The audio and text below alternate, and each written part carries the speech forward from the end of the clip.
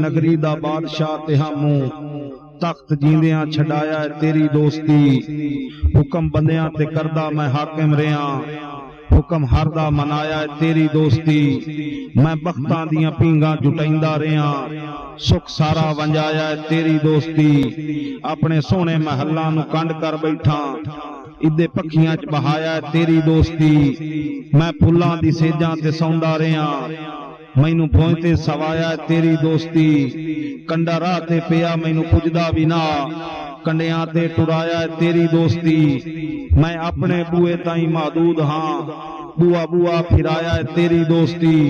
तेरे शामिल बराबर मैं मंगदा रिया, खैर मैथू मंगाया तेरी दोस्ती।